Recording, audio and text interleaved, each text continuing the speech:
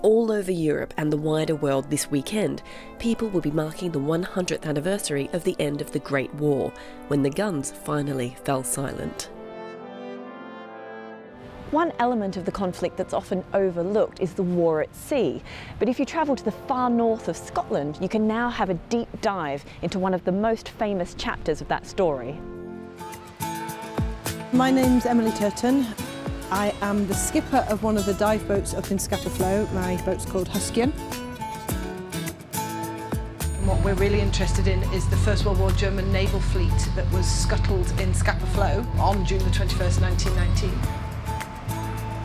Scapa Flow itself is a big bit of water surrounded by the islands of Orkney, and it was strategically best for our British naval fleet for both World War I and World War II, and then also big enough to put the German Navy when it was interned after the armistice at the end of November 1918. Just before the Treaty of Versailles was signed, which officially ended World War I, the German fleet was scuttled. It was the last remaining act of war open to the commanding officer there, Admiral von Reuter. And essentially what he did is make sure that nobody could have his fleet.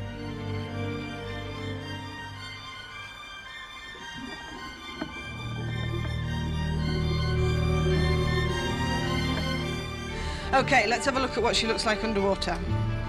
Now this is the deepest part of the German fleet here. Using digital imagery to help break down the ships to my divers before they get in the water really helps them have more of a mental image of what they're trying to see before they see it. So this scan image was done by a team at Dundee University. I'm Professor Chris Rowland from the University in Dundee, and I run a 3D visualization research lab particularly interested in historic shipwrecks. I'm involved with a small team who are looking at bringing images of the shipwrecks of the German fleet out to the general public so that people who can't dive or don't get the opportunity to dive on them will actually see what's there. And this huge legacy from World War I is just under the waves here. Myself and Professor Kari Haitinen, we dive as a team. I'll carry about 60,000 lumens of light, so that's a lot of light. And Kari will carry his camera with extra lighting. And between the two of us, we basically record high-resolution video around the wrecks and the features of the wrecks. When we bring that back to the surface, we can then use software to produce the 3D image from those images.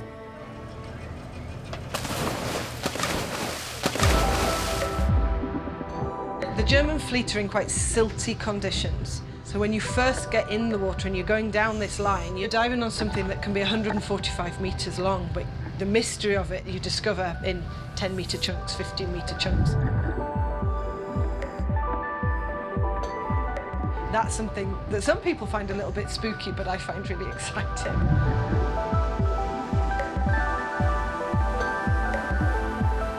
So this ship, SMS Markgraf, one of 4 König-class battleships built for the First World War German Navy. This ship's 145 metres long, it's 30 metres wide.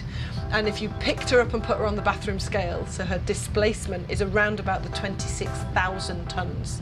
They are the vanguard of Germany's Navy during that war.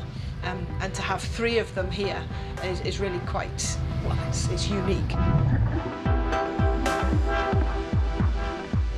The wreck that we were diving today is the site of the Bayern turrets. So the Bayern battleship, when it was salvaged, the 4 turrets were left on the seabed. And they're pretty dramatic to see. This was the last military action of World War I, and every time we see the wreck, or any of the wrecks, we're reminded exactly what that means in history. My name's James, and I'm a scuba diving instructor here in Orkney. Snorkels in, let's go out. It's maybe one of the best sites in the world to come and dive these types of ships and be this accessible at this depth as well. You can come to Scapa Flow and visit the Churchill barriers, having never dived before, and complete your first ever dive on World War I and World War II ships that were sunk as part of the war. To have such history surrounding those shipwrecks, to be able to dive on what was the biggest scuttle ever is quite something.